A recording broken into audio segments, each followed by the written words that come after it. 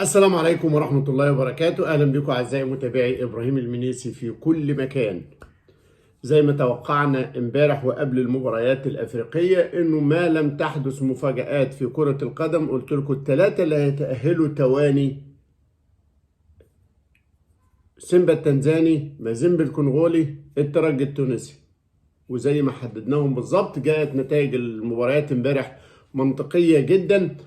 الوداد فاز في ملعبه لكنه ودع دوري الأبطال، وصل ل9 نقاط بعد ما فاز امبارح على أسك ميموزا الإفواري 1-0. لكن ده كان فوز مش كافي أبدا، لأنه كمان سيمبا التنزاني في ملعبه شايل جالاكسي البتسواني 6-0 عشان يوصل هو راخر ل9 نقاط متساوي مع الوداد. والنتيجة بتاعت المواجهات المباشرة كانت حاسمة لصالح فريق سيمبا، علشان يكون الكرة التنزانية واضح ان هي جاية بقوة، لانه الدولة الوحيدة اللي منها فريقين موجودين في الدور الثمانية لدوري الابطال. مازيمبي الكونغولي صعد، الترجي التونسي صعد، وسيمبا صعد. وكان سابقه طبعا مع الاهلي صعد فريق افريكا يانج افريكانز التنزاني، عشان يكون يانج افريكانز موجود هو وسيمبا الاثنين من تنزانيا في هذه البطولة او هذا الدور. طيب ايه اللي جاي؟ النهارده تخلص الماتشات بتاعه الكونفدرالية، وبعديها الاتحاد الافريقي يعلن ميعاد القرعة. غالبا هتكون خلال ال3-4 ايام اللي جايين. الاهلي هيلعب مع واحد من الثلاثة: يا الترجي، يا سيمبا، يا مازيمبي الكونغولي. اول مباراة هتكون بره. المأزق فين؟ المنتخب هيبدأ المعسكر خلاص من يوم 12، هياخد اللعيبة. لغاية دلوقتي مباراة الاهلي وانبي لم يحسم امرها، محطوطة 15 والجدول المعلن 15 وما تمش الاعلان عنها. والكابتن عامر حسين طلع امبارح قال لك حتى الان لم اخطر باي تعديل. الجدول اللي اتفق عليه مع كابتن حسام حسن والجهاز انه مع الرابطه انه 15/3 الاهلي وانبي. كلام بيتقال في الاعلام انه النائب احمد دياب وانه في رغبه حسام حسن عايز ياجل المباراه. حتى الان ده ما تمش، يعني هتلعب 15/3 او هتتاجل. المنتخب واخد اسبوع قبل الاجنده الدوليه، يعني الاجنده الدوليه تبدا من 18 ل 26/3، من 18 ل 26. المنتخب واخد قبلها اسبوع كمان، يعني يبدا يوم 12. بقول لك ليه مشكله؟ لانك انت لما تخلص الاجنده الدوليه على اخر يوم 26، اللعيبه الدوليين ترجع انديتهم يوم 27.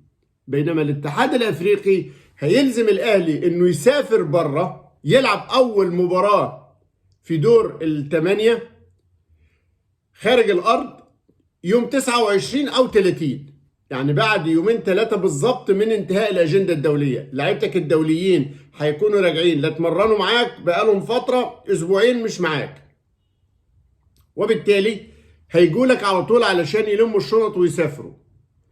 حسب القرعة بقى يسافروا تونس ولا يسافروا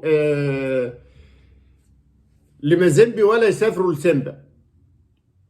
فانت دي مشكلة التماس مع الأجندة الدولية مع الارتباط الأفريقي الجديد وعدد اللاعيبة الدوليين.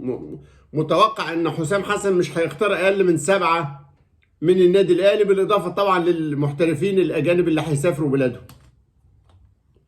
هنا قضية مباراة الأهلي والإنبي تخليك تبص على هو ليه ماتشات الاهلي بتتاجل، والناس تتكلم ان الاهلي بيتاجل له ماتشات. فيتوريا ياجل مباراه الاهلي وفاركو 2 يناير عشان عايز اللعيبه. حسام حسن عايز ياجل مباراه انبي عشان عايز اللعيبه.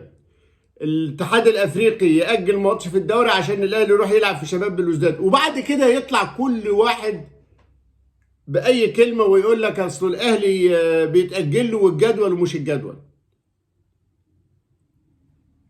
عموما هنشوف، لانه النهارده الزمالك المفروض يلعب مع سوار الغيني مباراه تحصيل حاصل في البطوله في الكونفدراليه. بس عشان ما تلوموش الفرق الافريقيه لما حد بيطلب منهم التاجيل ويقول لك مديام الغاني رفض يأجل ماتش الاهلي 24 ساعه، وقلت لكم ساعتها ما حدش بيبقى عايز يريح المنافس، ما يستغل الظرف اللي هو فيه. الزمالك الفريق الغيني اتاخر في الوصول فبعت يطلب يأجل المباراه 24 ساعه، الزمالك قال لك لا اصل انا يوم الاثنين هسافر السعوديه. ايوه هتسافر السعوديه، ما الاثنين ممكن تبقى الثلاث، بس هو الزمالك بيستخدم حقه القانوني في انه ما يحطش المنافس في وضع يريحه، فاللي ينسحب او يجي او يعمل. المراقب المغربي جمال كواشي بعت للكاف النهارده قال لهم الفريق ما حضرش المؤتمر الفني امبارح مساء السبت، لكن بيقولوا هنلعب، فقال لك استنى وشوف. فمنتظرين نشوف الفريق الغيني هيعمل ايه مع الزمالك. طيب بمناسبة الاهلي والاستعداد للقمة بقى،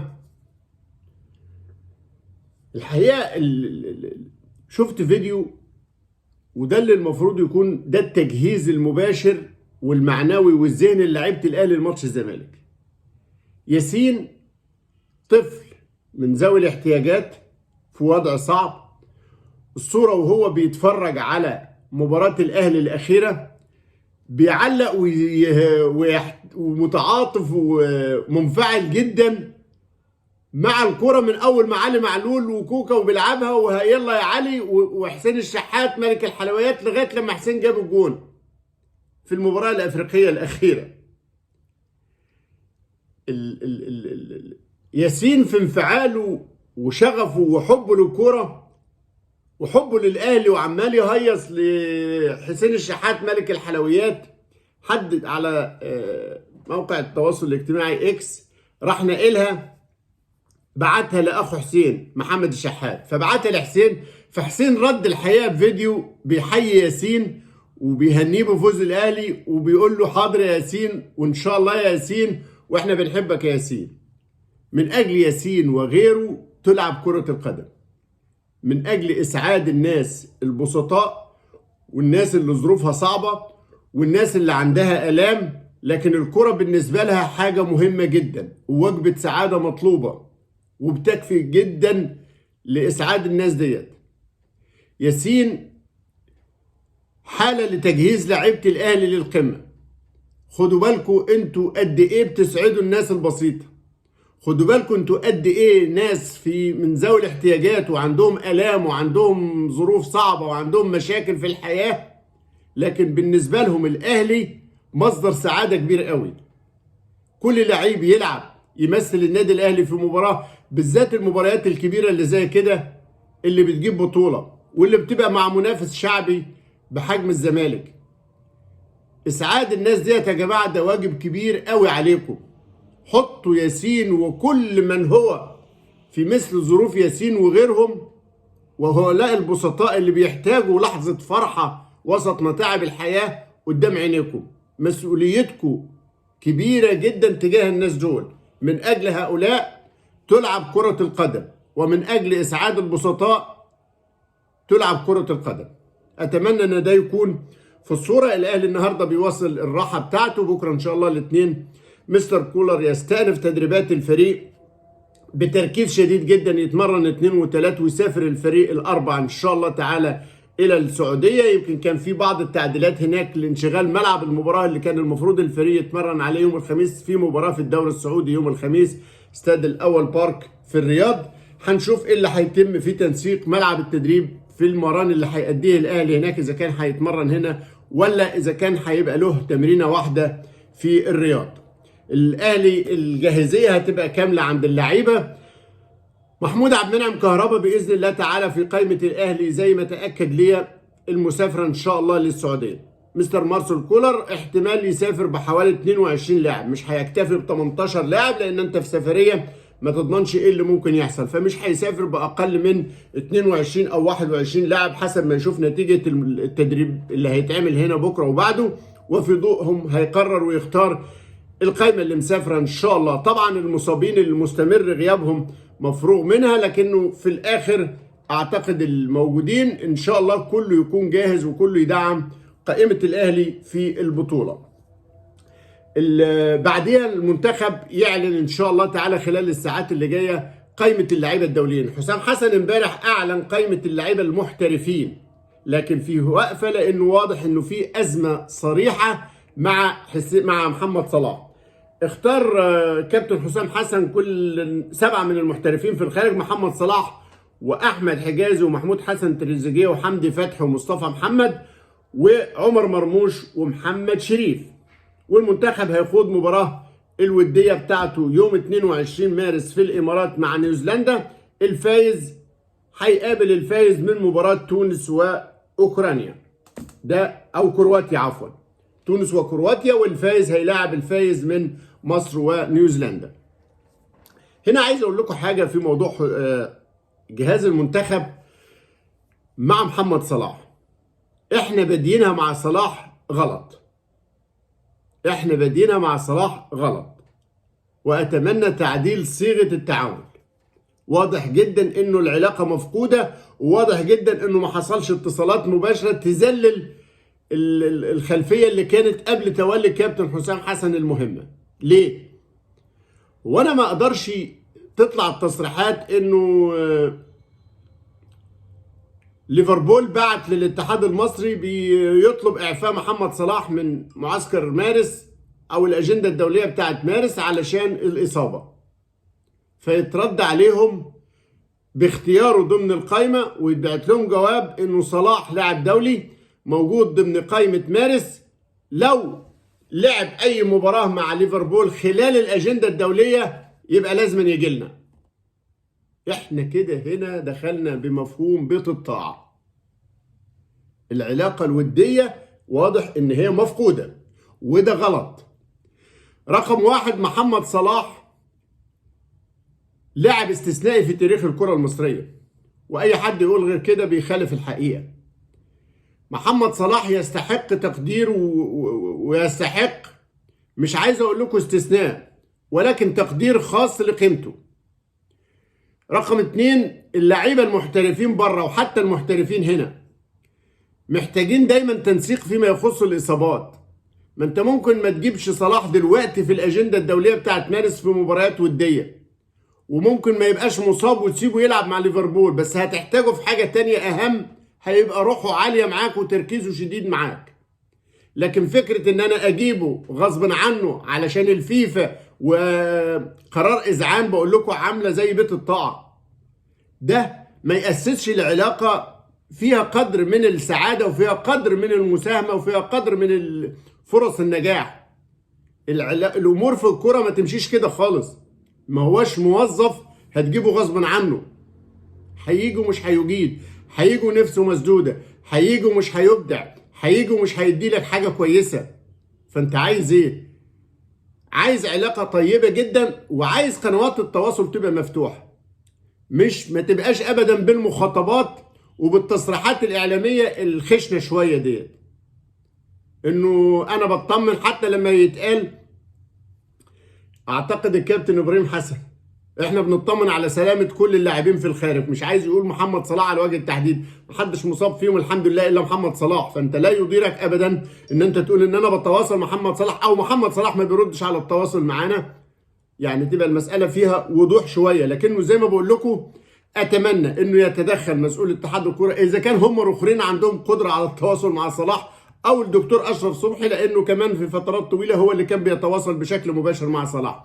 محمد صلاح نجم كبير يستحق تقدير كبير. محدش يقدر ابدا يقول لي انه محمد صلاح قليل، لا، محمد صلاح نجم كبير، وانت مش بتديله استثناء. انت ده مش استثناء، ده فقط تقدير لحاجه. انت عندك واجهه رياضيه كبيره في حجم محمد صلاح. لاعبتنا كلهم بنقول لهم شدوا حيلكم علشان نموذج قدامكم محمد صلاح. فلا، حقه يعامل معامله فيها قدر شويه من التقدير، مش الاستثناء، ومش ايضا حاجه لوحده. لا، لو عمر مرموش عنده ظرف يساعد، لو تريزيجيه عنده ظرف يساعد، ويبقى الكلام فيه دفء شويه. لكن الصياغه اللي موجوده فيها نوع من الجفا والجفوه. يذللوا الدكتور اشرف صبحي، يذللوا الاستاذ جمال علام، يذللوا مسؤول الاتحاد اذا كان عندهم فرص للتواصل مع محمد صلاح ومع الكابتن حسام حسن انه في النهايه هندخل في قفله. ليفربول قال لك ان هو مصاب. طب وخلال فتره الاجنده بعد اسبوع خف محمد صلاح وهيلعب مع ليفربول. هتقول لي لا هبعت اوقفه، هبعت اشتكي للفيفا. دخلنا في حاره سد. ما هكذا تورد الابل ابدا ابدا ابدا. نادي الاهلي على فكره بمناسبه برضه اللعيبه الدوليين، الاعلام انشغل بقاله يومين على انه محمد عبد المنعم مطلوب في نانت الفرنسي، والناس اتكلمت انه عرض فرنسي لمحمد عبد المنعم وبدات الارقام تتقال. الحقيقه سالت ودققت، الاهلي ما وصلوش اي عرض مكتوب او اتصال مباشر من مسؤول نانت الفرنسي حتى الان لشراء محمد عبد المنعم. عبد المنعم لاعب كبير، لكن عايز اقول لكم انه حتى لو كان في مواقع بره اتكلمت على انه نانت اللي بيلعب له مصطفى محمد عايز يدعم خط دفاعه بلاعب زي محمد عبد المنعم. عبد المنعم لاعب كبير ويستحق فرص احتراف كبيره، لكن انت دلوقتي في وسط الموسم ومفيش فرص انتقال ومفيش حاجه جت للنادي الاهلي. اتمنى على اعلامنا الرياضي على كل مستوياته التعامل مع الامر بنوع من الجديه في الصياغه، بمعنى انه لا يضيرك ان انت تقول في اهتمام من قبل هذا النادي، لا يضيرك ان انت تقول في وسطاء بعتوا يسالوا، لكن عرض وقيمته وتفاصيله ويبقى مفيش، لا ده كده فنكوش بجد. ده كده فنكوش، لانه بيرسى على انه الناس تبدا تسال طب اللجنه اجتمعت، طب وافقت، طب قررت ايه ووافقت ايه. ده اصلا مفيش حاجه وصلت. لكن من الممكن هذا الاهتمام يتطور الى عرض رسمي، من الممكن جدا كلام الوسطاء وجس النبض يتحول الى عرض رسمي. ساعتها يبقى الكلام على انه في عرض رسمي وصل وفي اجتماع وفي بحث لهذه العروض. غير كده حتى الان مفيش حاجه من ده خالص.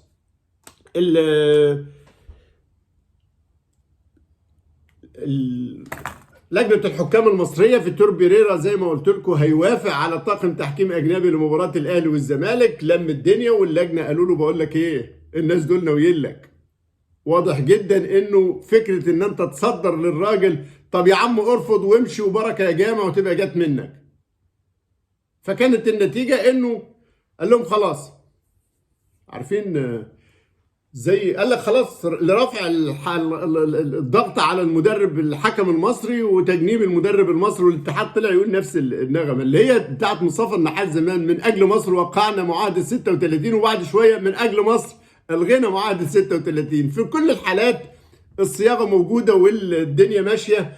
والكابتن جمال علام قال لك مفيش مدرب وطني وبعد كده مدرب اجنبي للمنتخب وهنجيب مدرب اجنبي، ولما جه مدرب وطني قال لك احنا كنا بنقول هنجيب مدرب اجنبي او مدرب وطني. نفس الحكايه مع الحكام، لكنه خير ما فعلوا، لانه فعلا الجانب السعودي كمنظم للمباراه قال لهم هاتوا اعلى مستوى تحكيم واحنا هنحاسبه باعتباره جزء من مهرجان المباراه او من تنظيمها.